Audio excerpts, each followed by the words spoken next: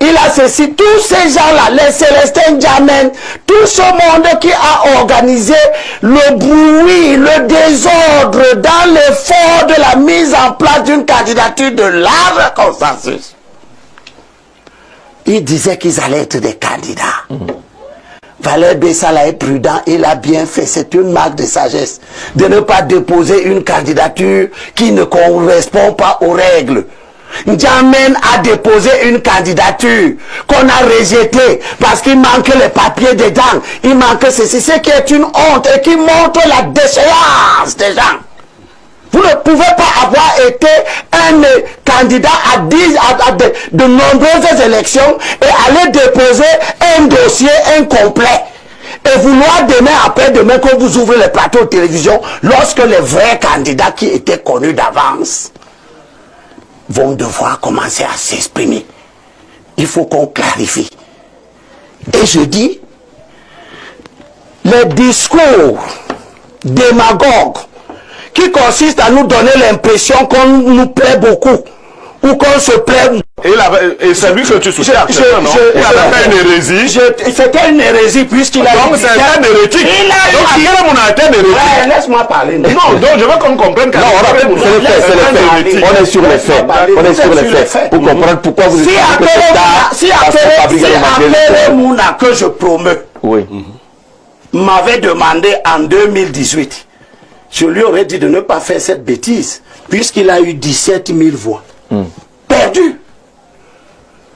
Akere savait-il ce que dit le code électoral? Ou bien il manœuvrait? Le code électoral n'est pas là aujourd'hui. Tout le monde sait, tous ceux qui acceptent de se plier aux exigences de la loi, et je fais partie de cela, nous savons qu'on ne se retire pas quand les bulletins de vote sont déjà imprimés. Mais on peut donner les consignes de vote. Non, on ne se retire pas. On peut donner les consignes. Ça veut dire que tu donnes des consignes de vote, ça veut dire quoi? Toi, tu as les bulletins. Donc j'ai les bulletins dans les bureaux de vote. Et je demande à mon candidat, qu'est-ce que tu fais dans toutes ces réunions que je vois? Donc, tu n'as pas causé avec ton candidat. Je lui demande ça ici. Oui, parce que je suis un homme ouvert. Non, il n'est plus avec. Et puis je vais vous dire encore une chose, et je crois que M. Blériot, Niemek l'a dit tout à l'heure, l'accélération des LECAM avec l'impression des bulletins de vote 2 mois à l'avance fait partie justement de la machination du parti au pouvoir. Vous savez que le parti au pouvoir ou la machine au pouvoir craint énormément non seulement une candidature unique qui pour moi est très difficile, mais surtout des candidatures consensuelles. Et donc l'impression des bulletins justement très tôt avant vise à diviser déjà encore ou à fractionner davantage ou à creuser ce fossé entre les différents leaders. Donc vous voyez qu'à ce moment par exemple que quand on a déjà imprimé les bulletins de tel et de tel, il y en a peut-être qui sont peut-être plus susceptibles dans l'opposition comme leader et qui vont se renfrogner et reculer. Mais je dis toujours que les négociations continuent et nous encourageons justement ceux des candidats qui sont encore dans la logique de se mettre ensemble ou de laisser passer un autre candidat ou de soutenir un autre ou de reculer. Moi je crois que c'est ce à quoi nous devons arriver. Quand on se dit vraiment de l'opposition sur ce plateau, on doit soutenir des initiatives tant qu'elles restent encore en droite ligne avec ce que le peuple attend. Donc venir dire que cela est déjà impossible et qu'on a dû appeler des gens à des tables et traiter les noms d'oiseaux, les gens qui justement donnent de leur sacrifice, qui donnent... Bon, comme vous êtes Dieu, il n'y a pas de problème. Laissez donc ceux qui... fait ça avant vous. Et on vous dit quel est le rôle trouble et néfaste que vos discours ont. On vous a aussi envoyé. On vous a envoyé. Vos discours sont des mauvais discours. On vous a envoyé la même accusation. Ce sont des discours que vous avez tenus pour organiser une ambiance de prolifération d'initiatives. D'accord. Et ça, on va avancer. Et maintenant, au dernier moment que vous-même vous n'êtes plus candidat, vous êtes très très enthousiaste à la recherche d'une candidature de l'âge. D'accord, merci. Alors que les conditions matérielles ne le permettent. On va avancer. Merci, Elimi Robert. Allez-y, Valère. Soufflez de quoi. On ne va pas vous laisser avoir des discours qui changent selon le gré du moment. D'accord, vous l'avez dit. Merci. Je n'ai pas envie de rappeler à M. Elimbi Lobé ses atermoiements de ces 3 dernières années. Je dis, je ne réponds pas aux aînés. je vous voue ce respect. Permettez-moi juste de dire C'est pas ce que une j'ai question. à dire. D'ailleurs, si tu nous voulais, tu aurais pu m'écouter depuis en ne mettant même pas l'idée que tu seras candidat. Parce que tu n'avais pas les moyens de candidat. Ne confisquez pas l'émission, s'il vous plaît. Les auteurs, Il est temps qu'on fasse cette planification. on peut Si nous écouter tout voulons le monde sur la qu'après nous, question. les gens gagnent les D'accord, élections. vous aurez le temps, mais permettez aux autres de réagir. Vous n'êtes pas mon censeur social ni mon censeur Non, politique. non, non, je peux être votre censeur politique dès lors que vos agissements impactent sur les résultats que nous voulons. Encore que vous faut-il que vous soyez un modèle, monsieur Elimbilo. Mais c'est ça le débat. Le débat, c'est que, justement, certains comportements impactent négativement Est-ce qu'on va permettre à les l'émission de se résultats que nous poursuivre voulons avoir. Elibi Robert, permettez à l'émission de C'est se ça. poursuivre, s'il vous plaît. Permettons. Vous devez savoir S'il vous plaît, que Elibi vous Robert. n'êtes pas libre de tout faire dans le champ politique. Elibi Robert, permettez aux autres de réagir. C'est aussi ça, la démocratie. Merci. Donc vous n'êtes pas mon censeur et vous n'êtes pas un modèle politique à tout parfait pour qu'on puisse Encore penser moins qu'on peut vous. vous suivre. Encore moins vous. Je n'en ai pas parlé. Vraiment. Alors je voudrais Voilà. vous dire que s'il faut parler même en termes de contenu et de parcours, je n'ai pas à me comparer à vous. Je fais mes dents en politique et j'avance avec les moyens C'est pour qui ça sont les miens. qu'on vous tient la main en vous disant attention, ne mettez pas les pieds n'importe où. Ma main, vous pouvez la laisser, je vais la donner. Non, non, non, on vous laisse pas. Laissez que- On vous Elibi dit, Robert, Elibi vous Robert, avez un Elibi impact. Robert. C'est vous qui êtes responsable Elibi Robert. de la situation actuelle. Et vous Elibi venez dire Robert, que ça à 50 Elibi Robert, jours. vous voulez qu'on vous accorde? Mais non, non, non, allez-y, Elibi continuez Robert. à vous balader de réunion en Ah réunion. ben, Elibi Robert, vous voulez qu'on vous accorde la parole jusqu'à la fin de l'émission? Que les autres ne parlent plus? Je refuse. On vous laisse parler. Je Non, refuse. non, vraiment, soyons sérieux. Je refuse. Soyons sérieux. Je refuse. Permettons le débat de se poursuivre. tenir. D'accord, vous l'avez dit. Voilà. On vous a compris. Permettez aux autres d'avancer aussi avec leur raisonnement. C'est de ça qu'il s'agit. On est là pour permettre aux gens de s'exprimer. Il ne faut pas étouffer les autres invités. Ah, allons-y. Je crois que nous sommes invités à ces différentes réunions par cela, parce qu'ils pensent et savent au moins que nous avons quelques idées à apporter. Et si vous vous plaignez aujourd'hui, c'est simplement parce qu'on ne vous invite pas et peut-être votre état d'esprit sur le plateau démontre à suffisance à tous ceux qui nous regardent que vous n'êtes pas un homme sociable politiquement. Oui. Alors je voudrais terminer, monsieur Jean-Jacques Zé, pour dire que les nuisibles. la jeunesse camerounaise, particulièrement le peuple en général, doit retenir que l'opposition continue à faire des efforts. Que ce soit des candidats de l'UNDP, du FSNC, de tous les autres partis politiques, ils continuent à travailler dans le sens de trouver au moins quelques candidatures Et donc, il ne faut pas consensuelles jusqu'à les la ligne. décourager. Il ne faut pas les décourager. D'ailleurs, ce qui décourage justement dans ce sens, on peut déjà savoir pour qui ils jouent et dans quel bord ils se trouvent et qu'ils ne veulent pas avouer publiquement. Alors, je pense qu'en semaine, moi-même, j'ai rencontré le président Bello Bouba sur son invitation.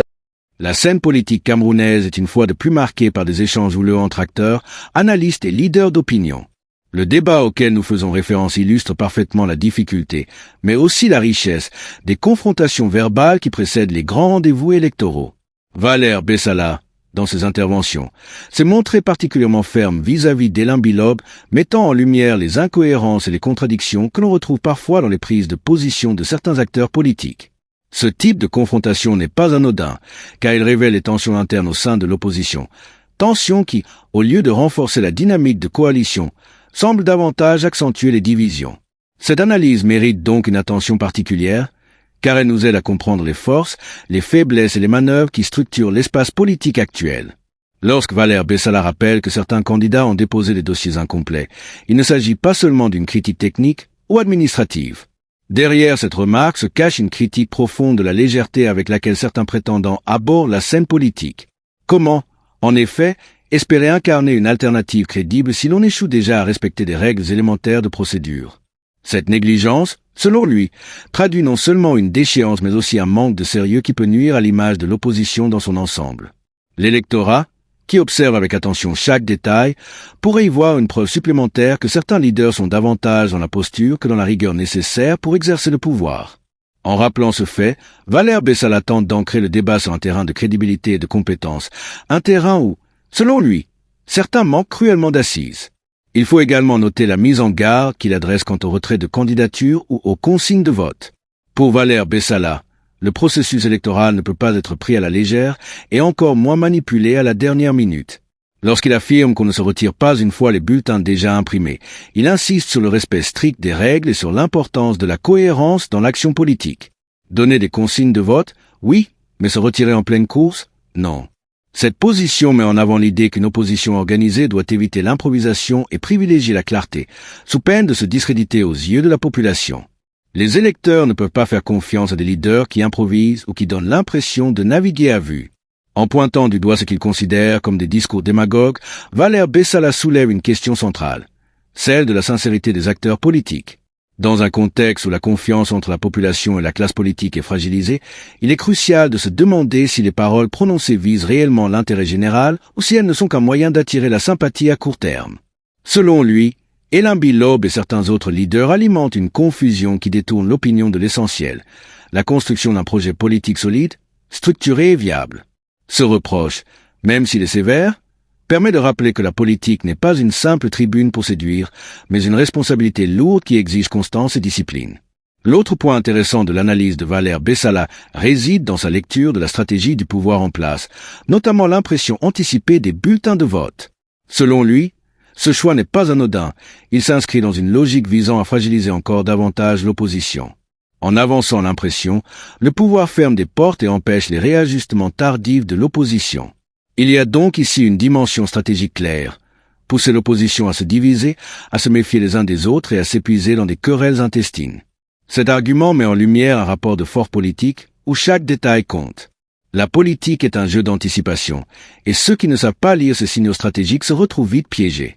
En dénonçant cela, Valère Bessala invite l'opposition à plus de vigilance et à une meilleure organisation. Dans ses propos, il n'hésite pas non plus à souligner que ceux qui découragent les efforts de coalition sont suspects. Selon lui, décourager les tentatives de rapprochement entre acteurs de l'opposition revient, de manière indirecte, à servir les intérêts du pouvoir. Cette affirmation est lourde de sens, car elle suggère que certains opposants jouent un double jeu, officiellement dans l'opposition, mais en réalité, leurs actions profiteraient au camp qu'ils prétendent combattre. Une telle accusation, même implicite, appelle à une réflexion profonde. Peut-on vraiment parler d'une opposition unie lorsque certains comportements semblent travailler à la division? C'est dans ce type de fissure que le pouvoir en place trouve sa force, et c'est ce que Valère Bessala tente de mettre en évidence. Dans cette analyse, il convient de rappeler que l'opinion publique joue un rôle central. Les électeurs camerounais ne sont pas dupes, ils observent, comparent et tirent des conclusions. Un candidat qui apparaît incohérent, désorganisé ou trop agressif envers ses pairs perd inévitablement une partie de sa crédibilité. Le peuple attend de l'opposition non pas des querelles interminables, mais des propositions concrètes, une vision claire et une stratégie commune. C'est là que le débat entre Valère Bessala et Elambi Lobe prend tout son sens. Il illustre la difficulté pour l'opposition à trouver une voie commune et à convaincre que l'alternance est possible. Le spectateur attentif comprend rapidement que tant que ces divisions subsisteront, l'objectif d'un véritable front uni restera hors de portée. Avant de continuer, je t'invite, si tu lis ce texte, à t'abonner à la chaîne, à laisser un commentaire avec ton avis sur ce débat et à partager cette analyse pour que le maximum de personnes puissent réfléchir et se faire leur propre opinion. Ton soutien est essentiel pour donner de la visibilité à ce type de contenu et encourager des discussions constructives autour de la politique au Cameroun. Le passage où Valère Bessala interpelle directement Elambi Lobe est particulièrement révélateur de la tension qui traverse ce débat. On y perçoit non seulement une divergence d'opinion, mais aussi une différence profonde de méthode et de philosophie politique. En déclarant qu'il n'a pas envie de rappeler certains attestements d'Elambi Lobe, Bessala adopte une posture de retenue apparente, mais il envoie en réalité un signal fort, celui de la mémoire politique. Autrement dit, même lorsqu'on ne dit pas tout, le simple fait de rappeler que des antécédents existent suffit à fragiliser la crédibilité de l'adversaire. Cette stratégie rhétorique permet à Valère Bessala de mettre la pression sans entrer dans une attaque frontale, donnant ainsi l'image d'un homme mesuré qui se contente de rappeler la responsabilité de chacun. En politique, la mémoire est une arme redoutable, et Bessala montre ici qu'il sait l'utiliser avec finesse.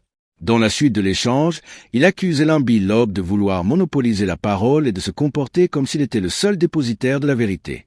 Ce reproche touche un point sensible, car l'opinion publique est souvent agacée par les figures politiques qui monopolisent les débats sans laisser de place à la contradiction. Dans une société où la démocratie reste fragile et où l'espace d'expression est déjà limité, voir des acteurs de l'opposition eux-mêmes étouffer la voix des autres peut envoyer un très mauvais signal. Valère Bessala en profite pour rappeler que la démocratie, c'est aussi l'acceptation de la diversité des points de vue, même au sein d'un même camp. Cette remarque peut sembler banale, mais elle est cruciale car elle invite l'opposition à réfléchir à son propre fonctionnement interne. Comment espérer gouverner un pays si l'on n'est pas capable de dialoguer sereinement entre soi? Il faut aussi s'arrêter sur le moment où Valère Bessala affirme qu'Elambi Lobe n'est ni son censeur social, ni son modèle politique. Derrière cette phrase se cache une mise au point symbolique. Elle traduit la volonté de se libérer d'une tutelle morale ou politique que certains se croient en droit d'imposer aux autres. En refusant d'être considéré comme un disciple ou comme un suiveur, Bessala affirme son autonomie et sa légitimité à exister politiquement par lui-même. Cette attitude est importante, car elle reflète une nouvelle génération d'acteurs qui veulent s'affirmer sans passer nécessairement par l'ombre des figures plus anciennes. Dans un paysage politique souvent dominé par des personnalités qui se revendiquent comme incontournables, cette affirmation d'indépendance est une manière de rappeler que personne n'a le monopole de l'engagement ou de la vérité politique. Lorsque Valère Bessala met en avant son propre parcours et revendique le fait de faire ses dents en politique, il envoie un message fort à la jeunesse et à tous ceux qui aspirent à s'engager. L'expérience s'acquiert avec le temps et l'effort. Contrairement à ceux qui se reposent sur leur notoriété ou sur leur ancienneté, il insiste sur la valeur du travail progressif, sur la capacité à apprendre et à avancer par étapes. Cet élément est particulièrement important, car il rappelle que la politique ne doit pas être une scène réservée aux figures établies depuis des décennies, mais un espace où de nouvelles voies peuvent émerger et se construire. La démocratie camerounaise a besoin de ce renouvellement, et le discours de Bessala contribue à nourrir cette idée. Il faut également souligner la dimension psychologique de ce face-à-face. Valère Bessala insiste à plusieurs reprises sur la nécessité de respecter les autres invités, de leur donner la parole, de permettre un échange équitable. Cette insistance montre qu'au-delà du contenu politique, il y a une bataille pour l'image et la posture. Celui qui apparaît comme modéré, respectueux et ouvert aux autres renforce sa crédibilité auprès du public, tandis que celui qui s'emporte, coupe la parole ou se montre arrogant peut perdre des points. La politique moderne n'est pas seulement une question d'argument, mais aussi de perception. Dans un contexte médiatisé, chaque geste, chaque ton, chaque mot compte. En jouant la carte de la retenue et du respect, Valère Bessala se positionne stratégiquement comme une figure capable d'incarner une opposition sérieuse, responsable et tournée vers l'avenir.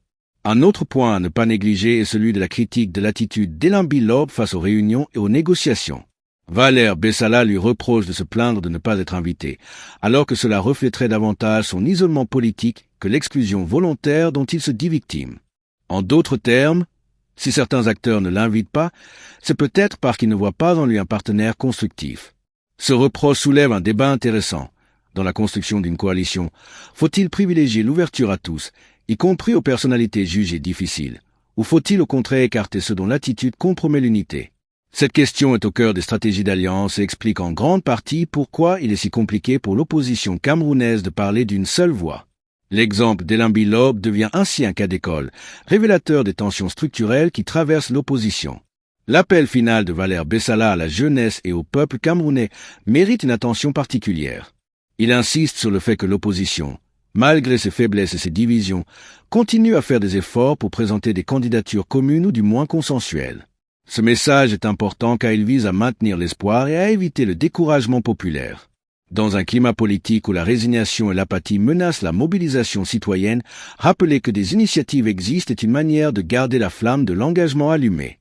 Cet appel s'adresse non seulement aux militants, mais aussi à la société civile et à l'ensemble des électeurs.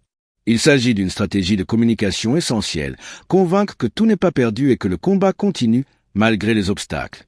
Dans cette perspective, Valère Bessala met en garde contre ceux qui cherchent à décourager ou à discréditer les efforts de l'opposition.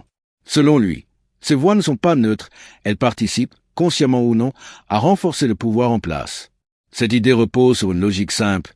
Si l'opposition se divise et se critique sans cesse, le pouvoir n'a même plus besoin de mener la bataille, il lui suffit de regarder ses adversaires s'autodétruire.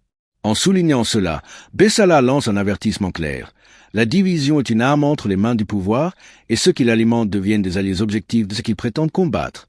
Cette analyse n'est pas nouvelle, mais elle reste d'une actualité brûlante, car elle met en lumière le dilemme permanent de l'opposition camerounaise. Comment critiquer et se différencier sans tomber dans l'autodestruction?